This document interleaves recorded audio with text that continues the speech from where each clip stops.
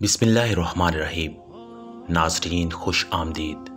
آج ہم اپنی سیریز کے سب سے اہم اور فیصلہ کن واقعے پر بات کریں گے، یعنی بیت المقدس کی فتح، صلاح الدین ایوبی کی زندگی کا سب سے عظیم کارنامہ۔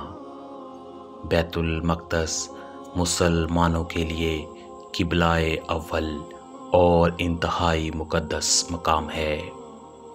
1099 عیسوی میں پہلی صلیبی جنگ کے دوران صلیبی فوجوں نے شہر پر قبضہ کر لیا تھا۔ ہزاروں مسلمانوں کو شہید کر دیا گیا اور مسجد اقصی کو استبل میں بدل دیا گیا۔ تقریباً 90 برس تک بیت المقدس صلیبیوں کے قبضے میں رہا، لیکن صلاح الدین ایوبی کا سب سے بڑا خواب تھا کہ اسے دوبارہ سے مسلمانوں کے پاس لایا جائے۔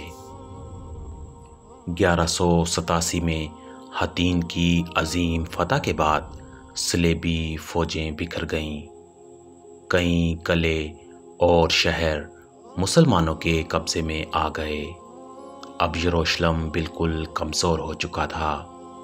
صلاح الدین نے فیصلہ کیا کہ اب وقت آ گیا ہے کہ قبلہ اول کو آزاد کرایا جائے۔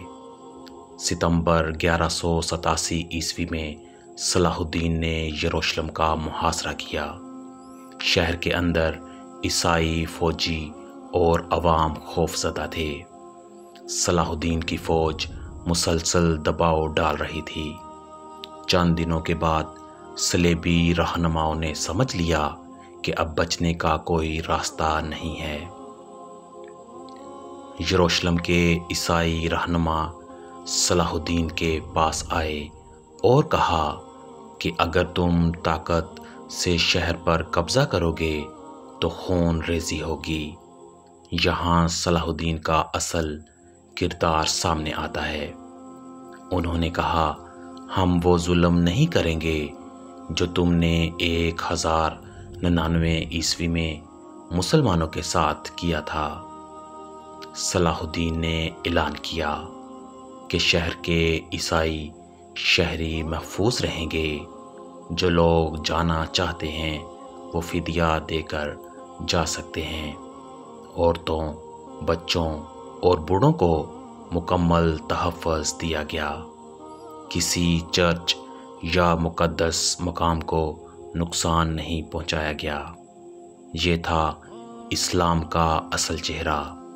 ناظرین، 2 اکتوبر 1187 عیسوی کو مسلمان فوجیں یروشلم میں داخل ہوئیں۔ صلیبی نشان ہٹا کر اسلامی پرچم لہرایا گیا۔